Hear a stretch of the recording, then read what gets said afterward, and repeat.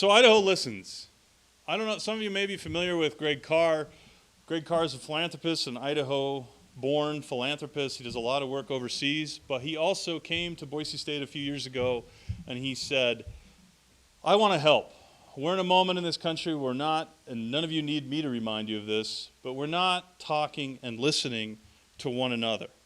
What can we do? What can we do to help mitigate all the shouting and fighting? Disagreement's fine. Disagreement is fine. He was insistent on that. But how do we talk and listen to one another? And so as we had some meetings, he said, well, what I'd like to also do is hear from Idahoans from across the state and from a cross-section of backgrounds and occupations. That was his first condition. His second condition is that the audience would remain silent while the speakers present their remarks. Silent throughout the whole program. You will hear us emphasize that. And the power of that silence, he predicted, would be palpable, and we have certainly experienced that. And then he wanted to serve a dinner, a meal afterward. Those were his three conditions. And if we could meet those conditions, which we have over 5 programs, this is our 6th this evening, he would fund it. And so this is all privately funded from Greg Carr, and we're just so appreciative. And even though he's not here, he knows this is happening. I'd like for us to just recognize Greg with a round of applause, please.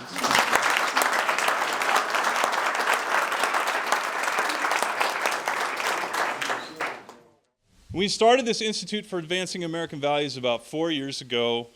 Our president, President Trump, who's now moving on to the University of Vermont, and I had some conversations. We hatched this idea, and the Institute has a very clear mission that we want to have dialogue, which is tonight's program, connects to that, research and education, so that, surprise, we can talk and listen to one another about the issues and values that have shaped Americans and America. That's what we're here for. That's what the Institute has been driving over the last 4 years. But oftentimes we're met with the name, the Institute for Advancing American Values, and then the conditions of Idaho Listens, of silent listening with a big, huh? What are you talking about? We often get the question, whose values? What are American values, and who gets to decide? Really what that mission and this evening is about is we just want to know what you value and why, which not coincidentally is the prompt that each speaker was given, and every speaker at Idaho Listens has been given to articulate what they value and why and how it shows up in their life. That's really what we're up to. The other thing I often say is everyone has values. No one is without values. And most of us have values about the very nature of American values. So we ought to talk about that. We ought to listen to one another in a spirit of respect and a spirit of recognizing one another's human dignity. But we're also not afraid of disagreement. You may disagree with some of the speakers this evening. Across all the Idaho Listens we've had, of course there's been disagreement, but we've had to sit and listen and hear and humanize the different perspectives that people offer across this state of Idaho. And that brings us to tonight. That brings us to our 6th Idaho Listens, as I mentioned a moment ago. We started in Boise. I got to get this right. We started in Boise. We went to Idaho Falls. Then we went to Coeur d'Alene. Then we went to Caldwell. Then we went to Twin Falls. And now we're here. And it's been a fabulous journey across the state, and we're going to continue it. So let me reemphasize something that Isaac said about our speakers. Imagine what we've asked them to do. We call them up. Yes, they know some of the community members we've connected to, and we say, hey, would you be okay speaking about what you value and why to an audience that's going to remain silent? You're not going to have any feedback. You're just going to have to be up here cold, speaking what you value and why. And some of you may or may not know all of the different speakers here, and that's what we're asking them. So I really want to emphasize that courage, the courage where they are here to share a slice of their lives and what they value and why. Now, of course, they couldn't possibly articulate all of their values because we asked them to do this in 5 to 7 minutes. That's another layer of difficulty. So come up here to an audience that you may or may not know to speak for 5 to 7 minutes about what's most important to you. They can't give the full scope of their values, but they sure will speak about values. and they speak for themselves. We are not interested in editing any content. Anything these speakers want to bring to the table is fair game. And so you've heard me mention a number of times, silence. If you want to think about, if you have the urge to clap just for the whole program, just hold your little brochure here with both hands, okay? Because we've had this happen where people only once have interrupted the program with a little bit of applause. We're not going to stop a smile or a nod or a tear, but please keep your hands away from each other, I guess, is what I'm saying. So, but before I am going to offer us a moment to just, and Isaac, maybe you'll do this, and we can do it twice. We'll do it now. Give them a full round of applause right now before we even get started.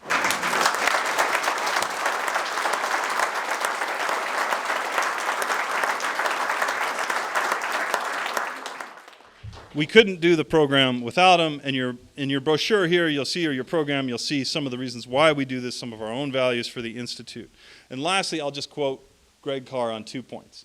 He said, the reason that I would like for silence to fill the room, which is an interesting way of thinking about it, silence to fill the room, is because I'm interested in us cultivating reverent listening. This was his term, reverent listening. Again, that reverence for the different perspectives and human beings that will be before you here in a moment speaking. And he was also concerned, or through that reverent listening, and I've mentioned this term before, that we will humanize. We may still have our differences, but they will be humanized. These are human beings who think and believe and articulate their values, and that is worthy of our listening and our respect, however much or little we disagree or agree with their perspectives. So with that, I will turn it back over to Isaac. And again, it's so wonderful to be in this community, in this beautiful setting, about to hear beautiful words from members of your community. Isaac. Thank you, Andrew. Okay, few logistics here. Just a quick reminder that the event is being recorded, so please take a moment, if you have not already, to silence or turn off your cell phone, pager, noisemaker, anything else that might cause a distraction. As you can see from the program, our lineup of speakers has changed, so we apologize for the insert, and we want to thank the couple of speakers who are not able to be with us because of some family emergencies that have come up. You know the space better than I do. Bathrooms are in this hallway. There's a bathroom downstairs. You heard just now from Andrew about the whole being silent thing, so I think we covered that. So I'm going to skip over that section of this whole paragraph here for me. And I will introduce the first speaker, but not the additional speakers. We have 4 to start with, and then we'll take a few, about a 5-minute break, 7-minute break, and then I'll invite the second speaker of the first speaker of the second session up to the mic. When everyone's done, we'll do a huge round of applause, and we can all then shuffle downstairs. There, as I mentioned, the folks from Highlander are here, and we'll have kind of a line that probably will snake up the stairs, so take your time getting down there. And on the tables, there are some questions, and this is geared toward kind of generating some conversation. So we encourage you to sit with folks who you don't normally interact with, and discuss what you've just heard. And some of the questions, there are little pieces of paper on each table. Those questions might help jumpstart a conversation with someone who you don't normally cross paths with. And that is everything. Okay, so allow me to invite Laverne Sessions, our first speaker, to the mic.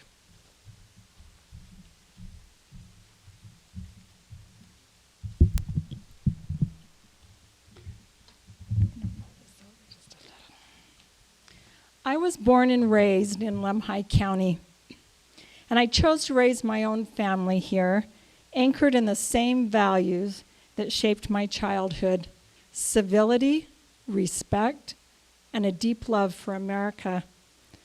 I grew up in a big family, and the kitchen table wasn't just for meals. It was a place where conversations took place, where voices were heard, and where respect was taught. My father, Ray Infanger, served in the Idaho legislature for 20 years, representing this part of Idaho. And as a young girl, I remember sitting next to him at our kitchen table, and helping him open letters from farmers, ranchers, teachers, business owners, people who had something to say, and he welcomed every voice. He believed that leaders should listen, not just speak. He built friendships across party lines, not out of convenience, but out of respect. And that's what real leadership looks like. That's what I was taught, and that's what I believe we need more of. But lately, I worry. I worry that we're losing the spirit of listening, that we're letting division take root where civility once lived. I've seen how quick tempers rise, how easily we forget the humanity in one another. But I haven't given up hope.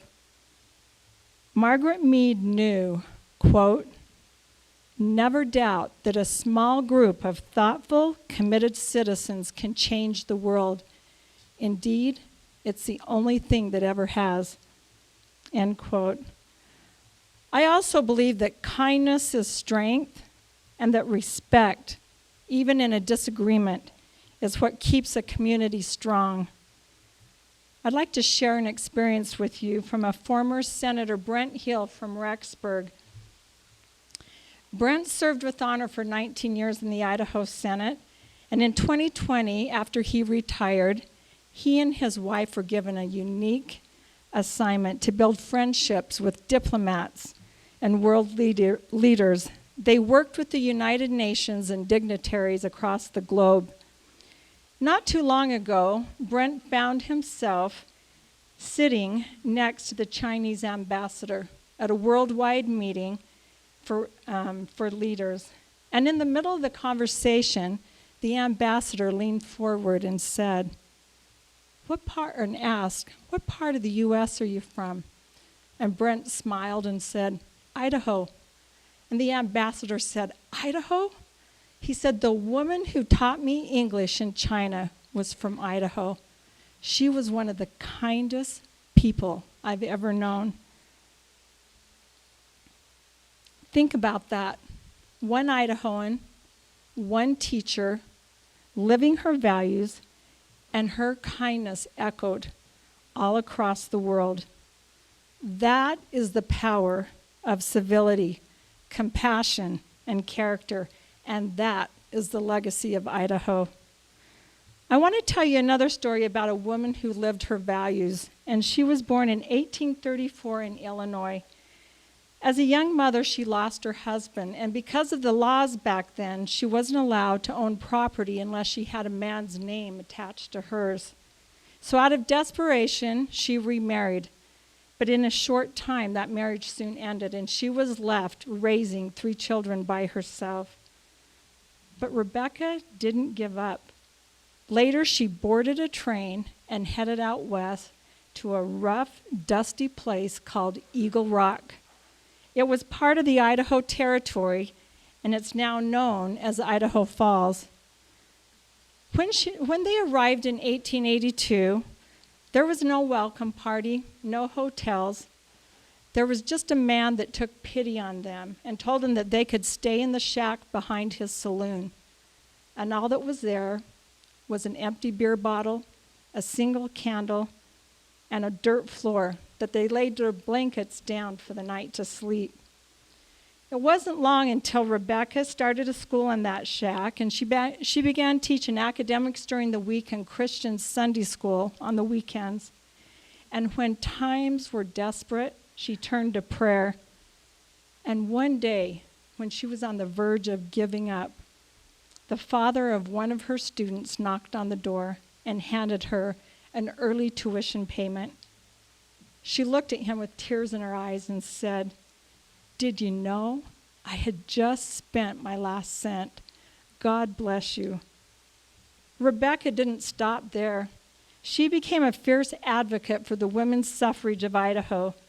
She traveled across this state by horse and buggy and train, urging women to become involved and to know that their voices mattered. She told the women that on election day they were going to face opposition, but that they should greet every man with a kind word. Some of the mothers brought their sons to the polling stations, and some of the young boys held up signs that said, vote for your mother. And it worked. Idaho became the 4th state in the nation to allow women the right to vote. Still, Rebecca wasn't done. She applied to be the chaplain of the Idaho legislature. The lawmakers laughed and said, "A woman chaplain? We've never heard of such a thing." And she simply replied, "Why not do the unheard of thing?" In 1897, when the Idaho legislature opened, it was Rebecca's voice that rang through the chamber as the men bowed their heads and she offered the prayer. She did the unheard of thing, and Rebecca became the first woman chaplain of any state legislature in America. She died in 1908, and she's buried in Idaho Falls. If you listen carefully, her voice still echoes, "Why not do the unheard of thing?" That's why I'm here tonight, not just to speak, but to remind us of who we are. We are neighbors. We are family. We are people who still believe in doing the right thing. Even when it's hard, we can do the unheard of thing. Even when we disagree, there's still grace to be offered. And even when the world feels divided, there's hope in the quiet courage of ordinary people choosing to do the right thing. Let's be those people. Let's be bridge builders. Let's listen with compassion, speak with respect, and lead with kindness. We live in the greatest country on earth. We have more freedoms and more opportunities than any people in the history of the world, and we each have a part to play in preserving those freedoms. It begins with us choosing civility and respect, choosing conversation over conflict, and choosing dignity over division. May we never forget what makes America beautiful, and may God bless this land that we love.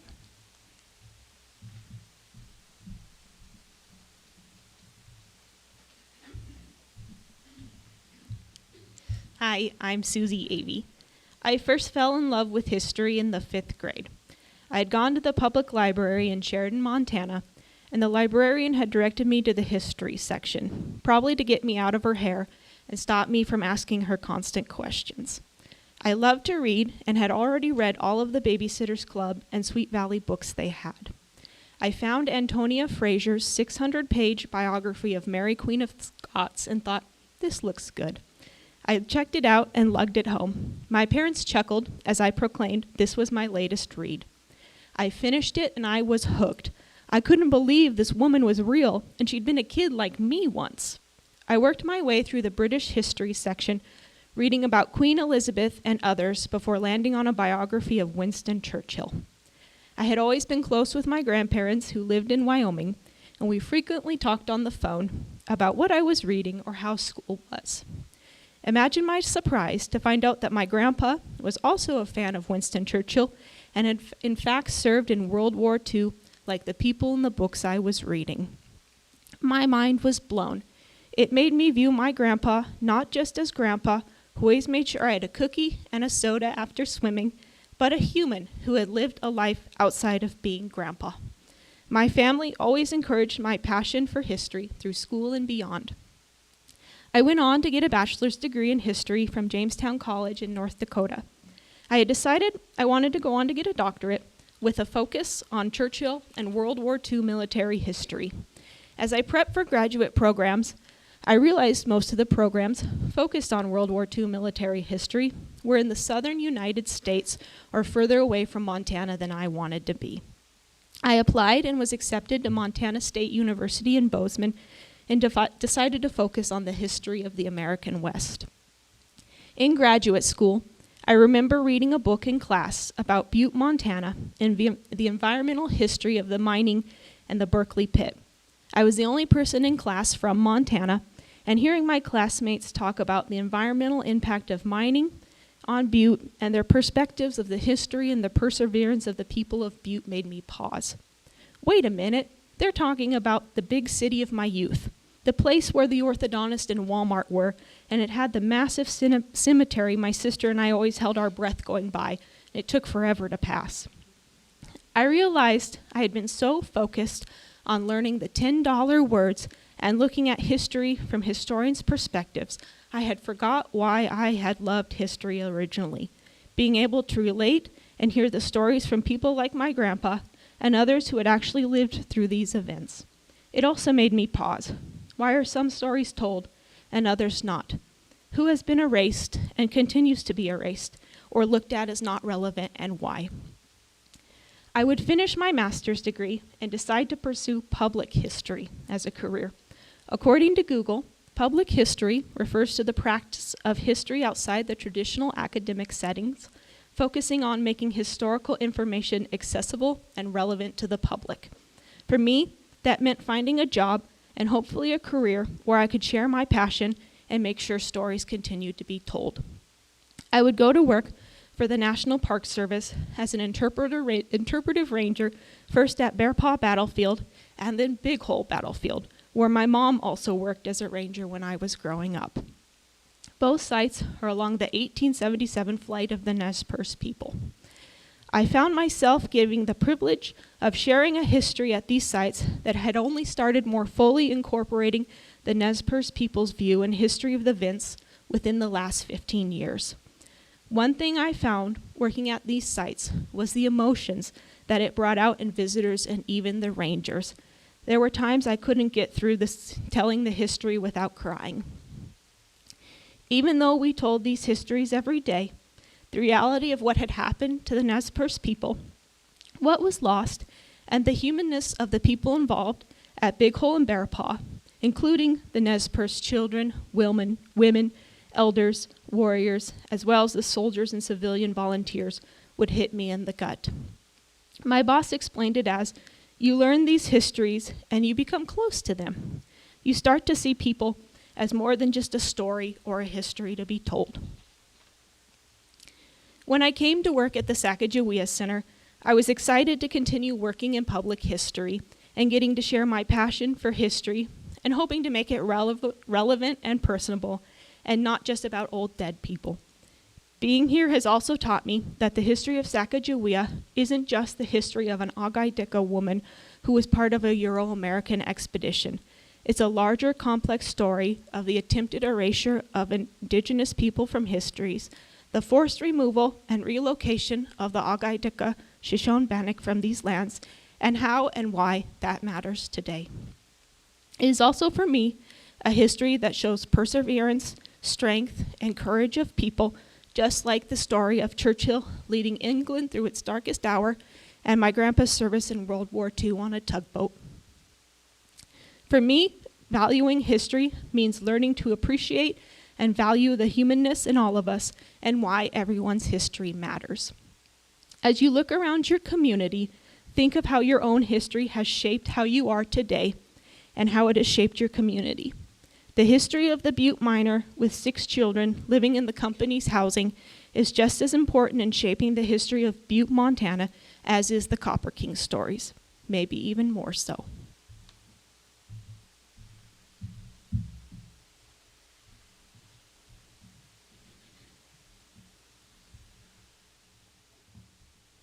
Hello, and thank you for this opportunity. My name is John Logan, and my family has lived here in Lemhi County since 1890.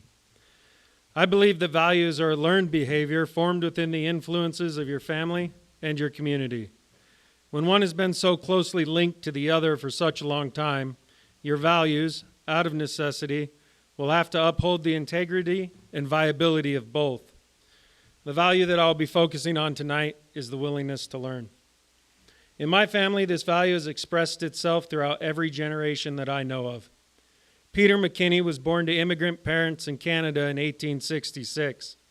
By the time he arrived in western Montana as a cook on a train, he could make 90 Irish pies in 90 minutes, and he didn't want anyone else in the kitchen slowing him down. Clyde Starr 1 year after graduating in 1908, walked off his family farm in Ohio to go on to become a member of the Idaho State Legislature. A willingness to learn and apply that skill to each new challenge has kept my family afloat through times both thick and thin. My grandfather, Bill Bolton, survived the Great Depression, in part to recognizing the fact that his family couldn't feed him anymore. He jumped a train, headed west, and learned how to be an underground miner at the age of 17. Despite World War II interrupting his formal education, he embraced his willingness to learn for the rest of his life and became one of the first cattlemen in Lemhi County to incorporate artificial insemination into his stock breeding programs.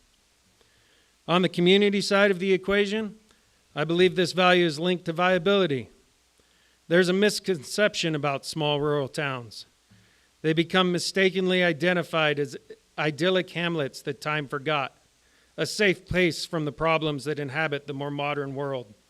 This simply isn't true. What is true is that our community often has to be more self-reliant than others and solve new problems with less resources. A willingness to learn is at the forefront of successfully overcoming these obstacles.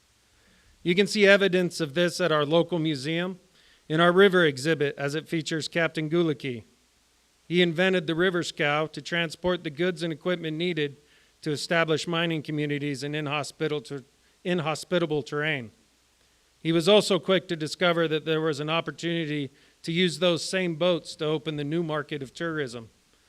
Look around today and see if he wasn't ahead of his time. And this has helped keep our community viable as a whole. There are plenty of examples of small rural Idaho towns who were unable to use this value to adapt and have lost their viability. Traversing the highways, byways, and back roads has become a more sobering prospect in modern times. At the start, I said I learned this value from my family and my community, and I've given examples from both. Now I want to stress how important I think it is that this continues. Teaching is another learned family behavior. Emma Yerian, Helen McKinney, Rose Bolton, Sam McKinney, Mary Logan, and most recently, Katie Logan Christensen, each recognized the need for education in this area and worked to ensure it happened. I've also been a school board member for the past 7 years. My sister is currently in her 17th year of teaching at Salmon High School, and she will attest that a willingness to learn is the most valuable asset a student can possess. Without it, we are incapable of working together to overcome the challenges we face. The challenge that concerns me the most is combating the divisiveness that plagues every part of our current culture. Politics, religion, and social identities have all become so entrenched and embittered that forward progress seems to have come to a screeching halt. What value could be more important right now than a willingness to learn? These problems are present here, and the misconception that I mentioned earlier about small rural towns being safe from them is a true hindrance to overcoming them. Recently, we've seen an influx of people looking for a safe place, insulated from the changing world and its modern problems. It's a myth, and it's a dangerous fallacy to think that such a place exists. If a community doesn't keep its willingness to learn as both an individual and a community value, then it will cease to be a viable community.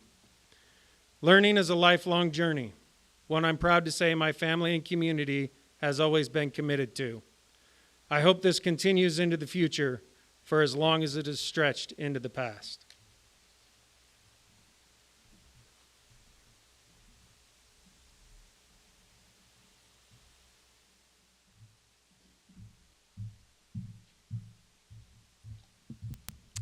Hello. This past winter, on the ski hill, I rode chair 2 with a guy who had recently moved to Hamilton, Montana from Philadelphia. On the way up the mountain, he asked me where I was from. I told him Salmon, that I had grown up here. He said, "Wow, I've always wondered what it would be like to grow up in a place like Salmon." I thought for a second, and then I laughed out loud because I knew whatever he was imagining, it was far different from what I had experienced. I thought he was probably imagining me as a kid who had spent every day playing on these snowy slopes, every summery day camping, hiking, rafting, recreating in these wild, wonderful places. He couldn't be more wrong. I went to the ski hill exactly once in my youth. I was 22 years old before I ever traveled past North Fork down the river road. The adults in my life did not recreate. My mom grew up on a ranch up Carmen Creek. When I was a kid, that same ranch, or a portion of it, was operated by her brother, Jim McFarland. We spent a lot of time at the ranch. The adults were always working. They were working cows, fixing fence, preparing fields, all the ranch stuff. There was plenty of work for us kids too, but mainly our job was to stay occupied and out of the way so that the adults could work. We did camp once a year when the cows needed moved to new range. We pitched tents in the mountains and lived for 3 or 4 days. The goal was packing salt, moving cows. The camping was just a necessity. When I attended college at the University of Idaho, I met a guy I dated. He rode a mountain bike. He was the first adult male I knew who rode a bicycle for fun. Before meeting him, I had thought that riding bicycles was reserved for adults with broken down cars or DUIs. My dad, for example, didn't ride a bike. He was a music teacher by day, and he moonlighted as a pyrotechnician. The Foss family manufactured Class B fireworks in the kitchen and backyard of our home on Larson Street. You know the fireworks things that make the color in the sky? Those are called stars. One method of making stars was to form a chemical loaf that was sliced into cubes. They were placed on black tarps in the backyard to dry, like concrete. One of our jobs was to separate each cube from the other with our hands. We called that job breaking stars. My brothers and I did hours of it under the baking summer sun. At that time, we used paper shell cases. So long strips of brown craft paper were soaked in a bath of wallpaper paste in a rectangular galvanized tub that sat on the kitchen counter. I stood at that tub, gently wringing individual sheets of paper, wringing the cold paste out of them, and then I'd lay the strips of paper flat on the kitchen table where other members of my family would tear them into smaller strips and paste them onto the shell. We called that job pasting shells. And that's how I spent a lot of my weekends. Fast forward to present times, I now know and deeply respect lots of adult people who ride bicycles for fun or camp with no other aim than to be outside. I understand recreation. It just still feels foreign to me. There are days on the ski hill when I'm halfway up chair 2 that I begin to imagine if my dad were still alive. I imagine I would go visit him after a day of skiing. He would say, "Hey, Chris, what did you do today?" I would reply, "I went up and down a mountain, over and over again." He would look at me with those piercing blue eyes and ask, innocently, why? On those days, I come home and find some work to do. My mom has wanted just one thing for her past 3 birthdays, to build fence. So we gathered up chainsaws, hammers, and nails, and we went to Moose Creek to improve the horse pasture. I was lucky to grow up in the lovely recreation destination of Salmon, Idaho. But the true blessing of my youth is that my parents taught me the value of work. That work is itself a joy, not something to be avoided in pursuit of another pleasure. That I am, in fact, my best version of myself when I'm working to create or to improve my life or the lives of others. Please keep in mind, though, that when I say work, I don't just mean my job. To me, work means directing my life's energy with purpose. I do work hard in my job as an educator. I also enjoy physical tasks. I'm just as happy pulling weeds out of my garden as I am bobbing down the river.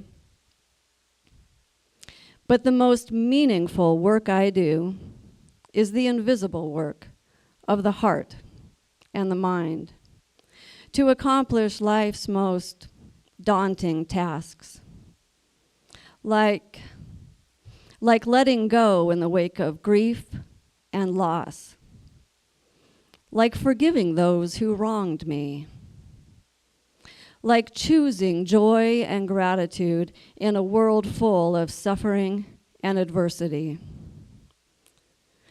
You know, there's a Toby Keith lyric that says, "A little less talk and a lot more action." That expresses really well what I feel about values and why work is my central value. I want my values to be evident in the way I live my life and in the way I treat people. That requires conscious effort. So really, work is the value that allows all my other values to flourish.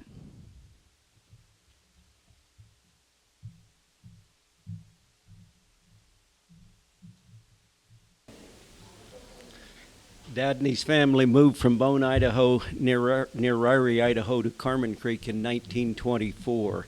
In fact, we recently had a family centennial celebration last June with about 150 people attending.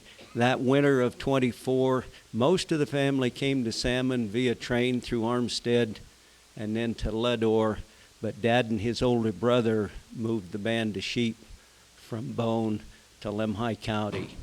Dad spent his 16th birthday on Gilmore Summit, December 6th, 1924, with a band of sheep and a sheep wagon on Gilmore Summit with his older brother. In 1978, Dad was interviewed by Norma Kostler, and the purpose was to recount that trip of him and his older brother bringing those sheep into Lemhi County. Unknown to us, the Salmon Public Library had a digital copy of that interview. Dad died in 1979, but he was interviewed in 1978, so that has proved really valuable to us.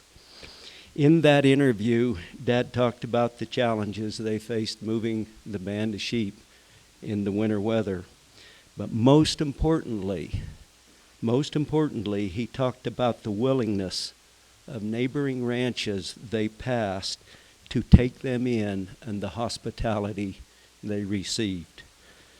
They found places for their horse and sheep to spend the night. In some cases, even though we all know at that time those ranchers weren't wealthy, they even fed their animals.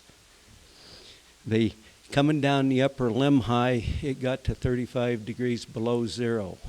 They pulled in near the old Benedict place up there, and Dad talked about his words. Old man Benedict came to check on them every day.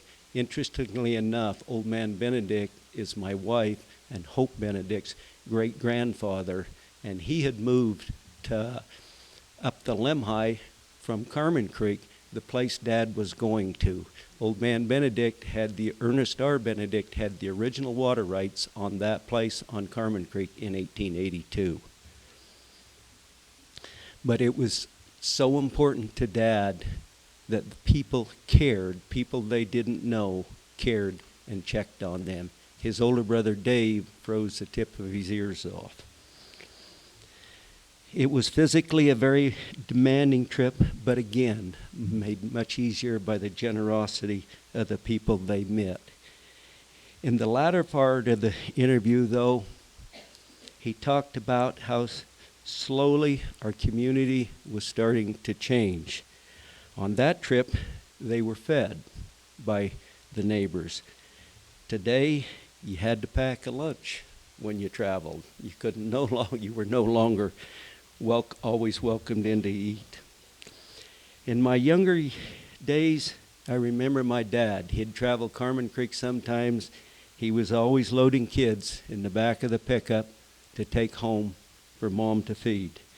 Anyone who came by our house was expected to sit at Mom's table and share a meal. Everyone would share a meal and visit.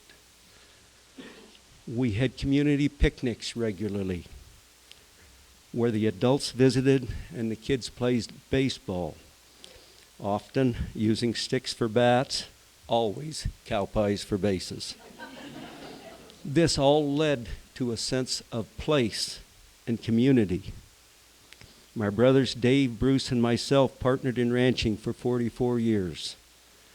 The one thing that kept us together was sharing conversation and snacks or meals at Mom's table. That was the key for us to stay in a good working partner.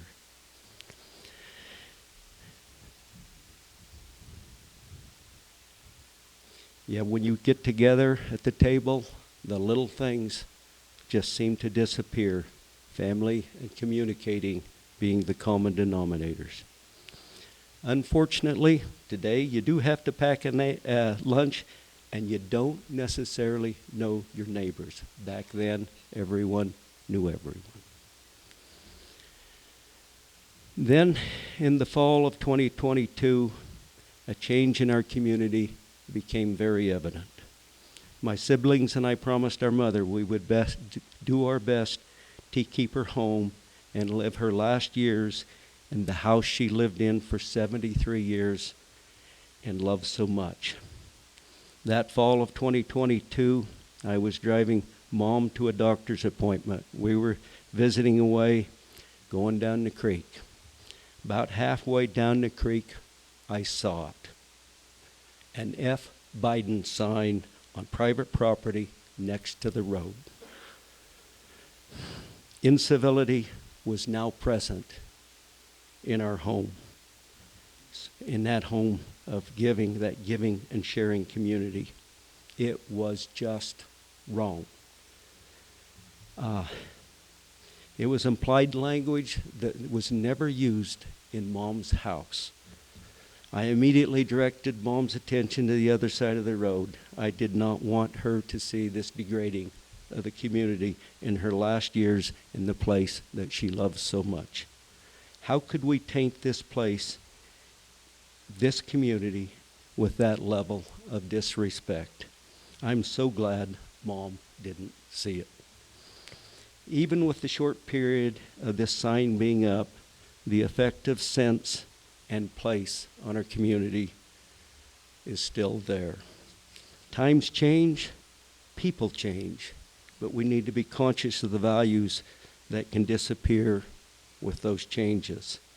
Let's keep our value system of family, community, and the land that has given this wonderful place to live and work.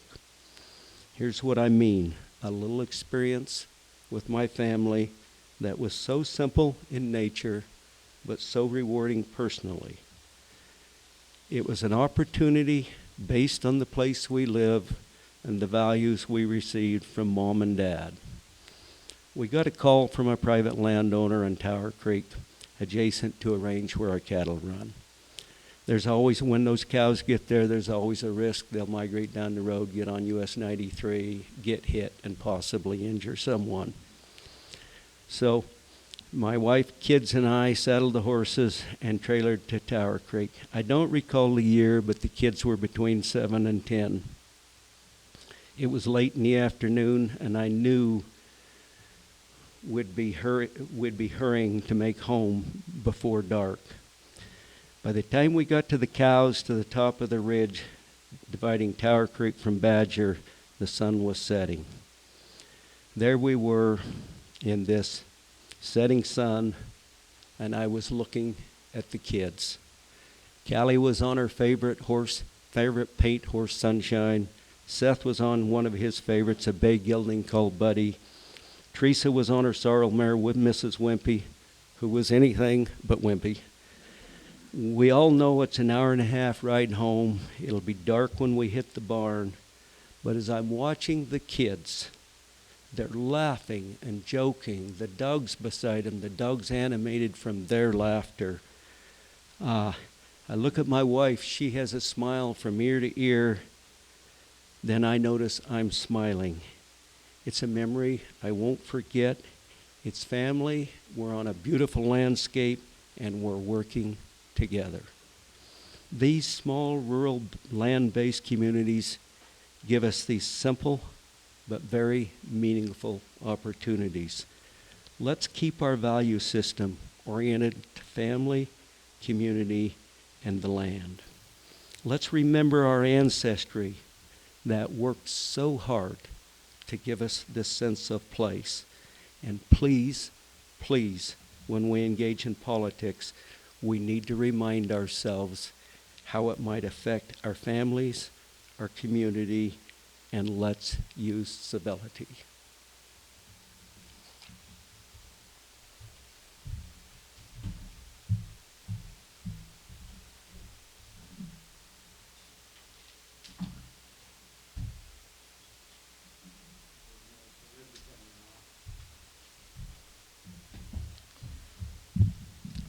Good evening. I'm Ken Roberts. I was sitting here and I think everybody here is a little bit too comfortable. So I'm reminded of what I was told when you're in front of a group.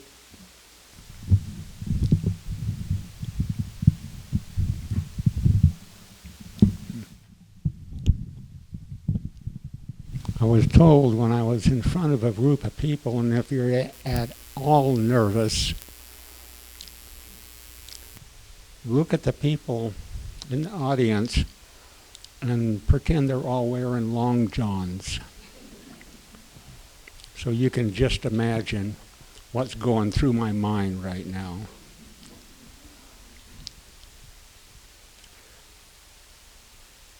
I thank you for sharing your time with me. As I was asked to expand on what value that I hold dear and what I do to put that into practice. But allow me first to say that when I look back over my life, I sometimes wonder how I ever had time to practice my architectural profession, because I put so much of my value into my everyday life. Not only did I have some amazing bosses who allowed me both the time and even encouraged my participation, it also encouraged me. So what is the value I'm alluding to?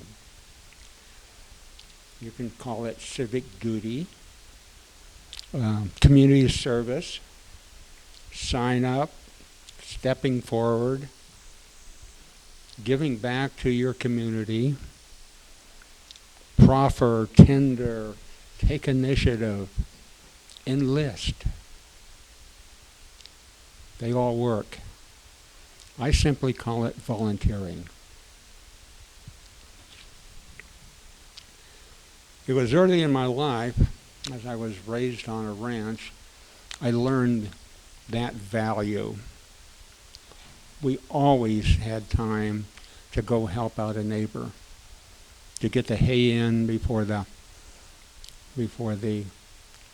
storms hit, to round up the horses before they went down the road and got scattered. We always had time with no thought of remuneration or reward. Just doing what we had to get done to make the day more meaningful, satisfying by helping others. I had already forgotten those lessons until one of my bosses walks up to my desk one day as I was working on some details and asked, "What are you doing for your community?" I shrugged my shoulders and said, "I'm paying taxes." Bill looks at me and says, "We all pay taxes. What else are you doing?" I was stumped. Bill then said that there was a Boy Scout troop on the South Hill that needed an adult leader. I said yes. I worked with that scout troop until I left Spokane for the next 10 years. And that one event reignited my passion for volunteering. I saw needs in the community that were not met with our taxes. I made an effort to do what I could do to give back to my community. First as a big brother, when I saw my little brother Randy through college, and I had started with him as a 7th grader. I worked with the blind children at a Braille Institute. I tutored math in the local schools, developed a program I called Our Built Environment. And I took this to several schools to strengthen the kids' understanding of our communities and neighborhoods and what they looked like and what they could be and what worked and what didn't work. I volunteered in adult endeavors as well. I served on a rodeo board, a bank board, Chamber of Commerce, was chief engineer in a volunteer fire department, served on an environmental review board, was the vice chair of a county planning commission, was an elected mayor in Eastern Oregon,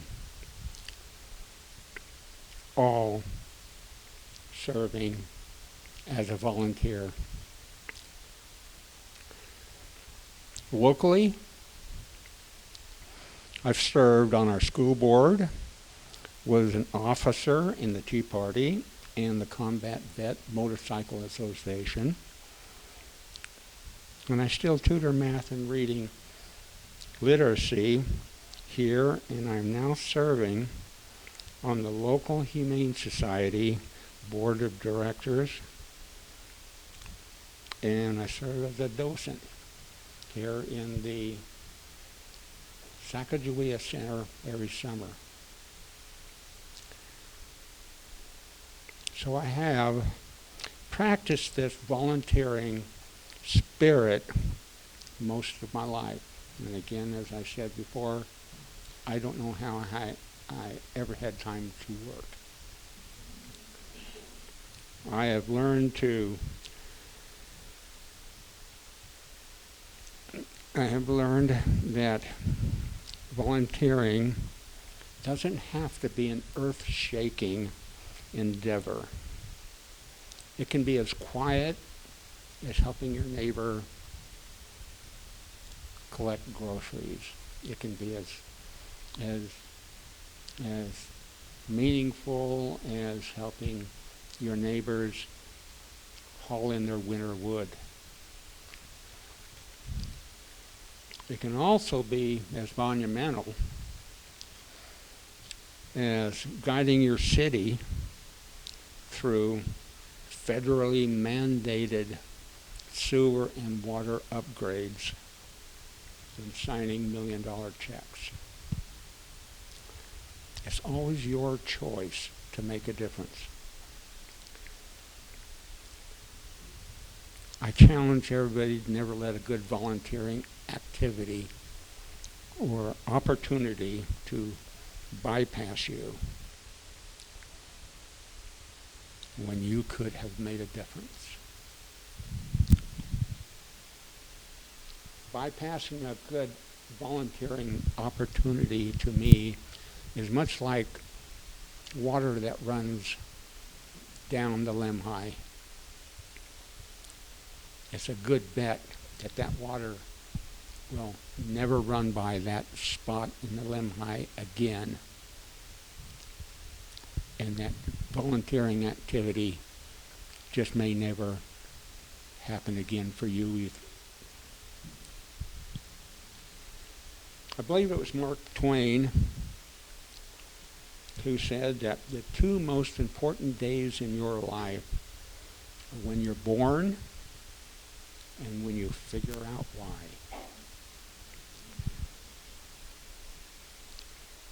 I was fortunate to figure out why. I figured out why when I determined I could make a difference in my community by volunteering. And so can you.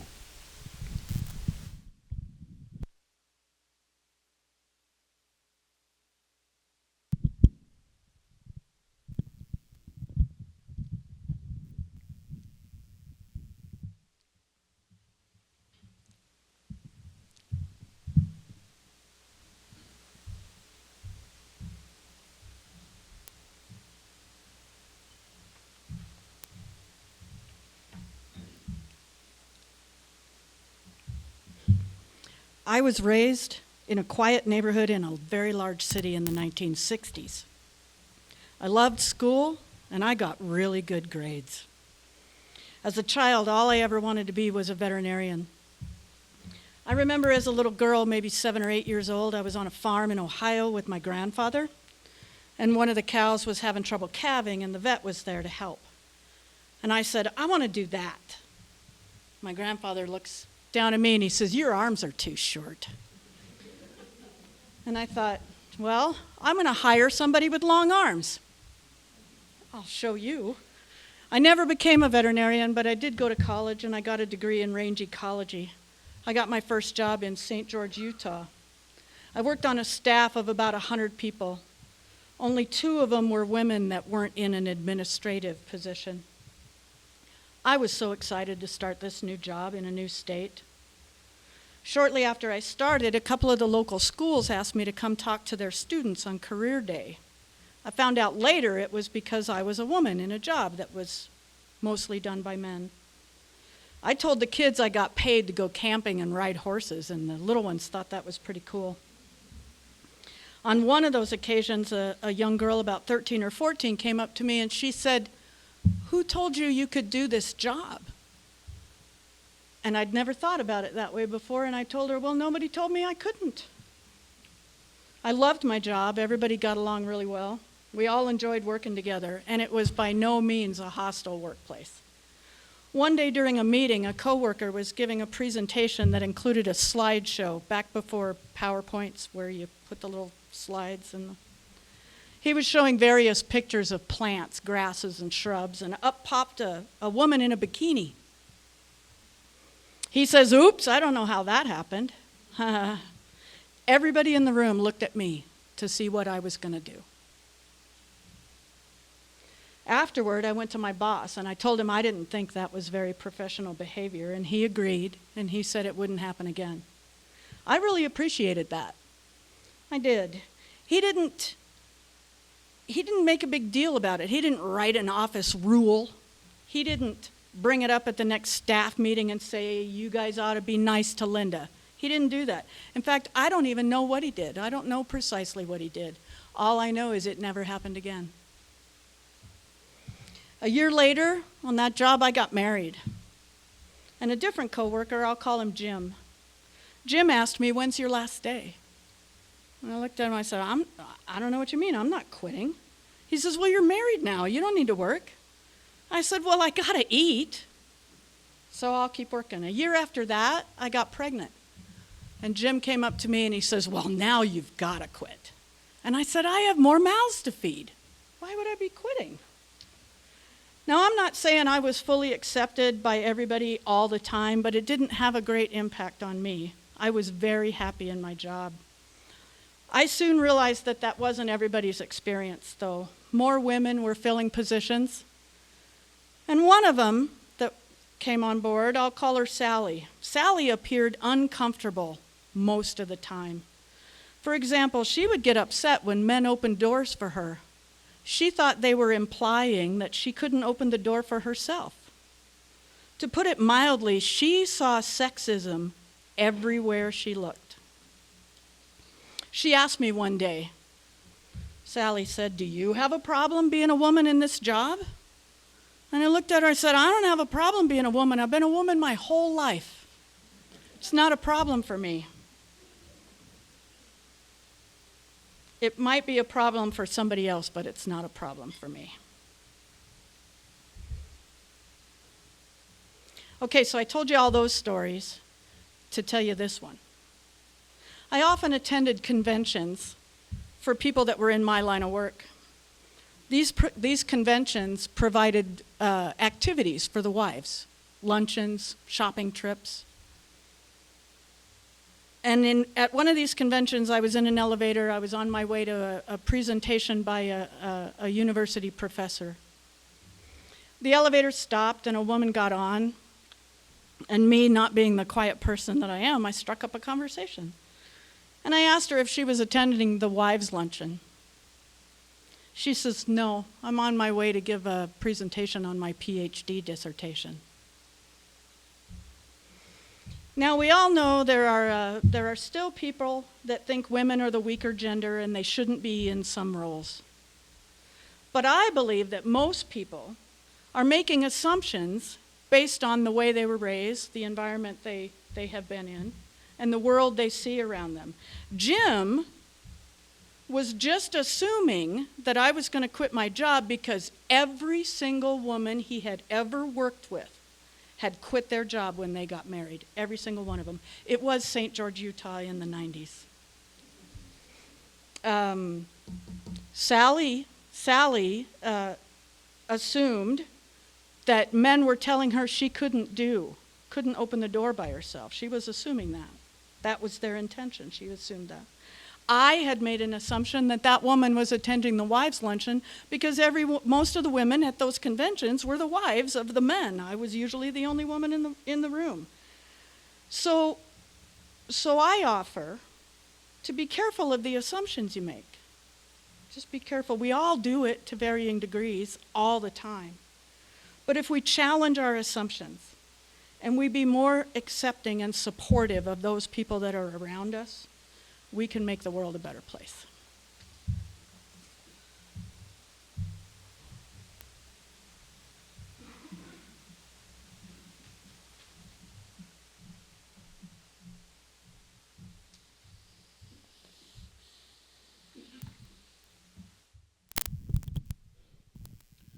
So I am fortunate now to live in the same house I was brought to as a newborn. That home has spent more than half of its 122 years hosting my family. It was the only house my parents ever bought. It's the only house I've ever bought. I was in the process of improving my home, remodeling the upstairs bathroom, when the call came to label what I value and then to come here to speak of it. What I value is my home, but more than my home, also my hometown and my community. I left salmon out of high school ready to conquer the world, and I did. I got to construct a broadcast facility in Lewiston, Idaho, wire it up, and we put that radio station on the air. Skills I learned in high school here. I got to be a broadcast personality in Spokane, Washington, a top 100 market. For a while, I was the voice of Tidyman's Warehouse and the guy that speaks too fast on the auto dealer ads. I was chief engineer for Lilac City Broadcasting Company. That was a good run, but the job faded. I went to Alaska to try my hand in the fishing industry. You'd spend half a year on a boat, sending herring, roe, and salmon off to Japan. It was a big adventure. I went to places you don't get to go to on a vacation tour. I learned what it's like to live up there. It was an exciting frontier. Something was missing. I got to the point in 1994 that I realized I was selling my life to that fishing company. No one in Alaska was a member of my community, and I was spending 6 months away from the people I wanted to be around. 1994, my father passed away in April at the beginning of the season up north. I got to attend his funeral, but then back to the sea in Alaska. When I returned, I could tell my family had moved on, but for me, it was as if I had just pushed pause on my life. Back down south, I was now ready to work through what my father's passing had meant. Everyone else was 6 months ahead of me. So I moved back to Salmon to work at the radio station, the same place I worked at in high school. I found that being on the air here was a whole different level. In Spokane, you were trying to sound smooth and professional. The radio station would often write precisely what they wanted you to sound like you were ad-libbing. In Salmon, I was able to be more personable, more relaxed. The people who heard me on the air related to me about it outside of work at the post office or at the grocery store. As part of my work, I would attend community meetings and connect with community groups to help out. I got to help out with the Arts Council, the Chamber of Commerce Salmon River Days, the stock car races, the Lemhi County Lewis and Clark Bicentennial, a variety of events that needed sound equipment and or an announcer. I remember visiting here during my tenure of living elsewhere, and I would think, man, there is nothing to do here. And once I lived here again, I found trouble scheduling everything I said I'd do. One day I left for work, or left for lunch. I had lunch, went to the bank, went to the post office, got my driver's license renewed. I was back in 35 minutes. Later, I reflected on that. If I tried to do that in Spokane the whole day, if I could even get it done like that. I did one more short trip to move to Boise for 2 years, but I missed here. Boise never felt like home. I never gave up my Lemhi County license plates. I moved back to Salmon in 2002, and since then, I've worked for the schools here. I got to be a part of that Lynch Center going up. I work on the TV signals, and I help the libraries with their network and computers. Those 2 jobs expanded my community to Leadore. I work for many local people, groups, and businesses on their computers. I've been on city council, and I'm now the mayor. Relating a story of going into a grocery store in a big city with my son-in-law, and as I walked through the door, I looked around and I told him, I do not know 60% of these people and their backstory. I cannot say that here. I have been there, and I like parts of there, but I value here. I am now married. We own the house that I was brought home to, and I'm very glad to be here.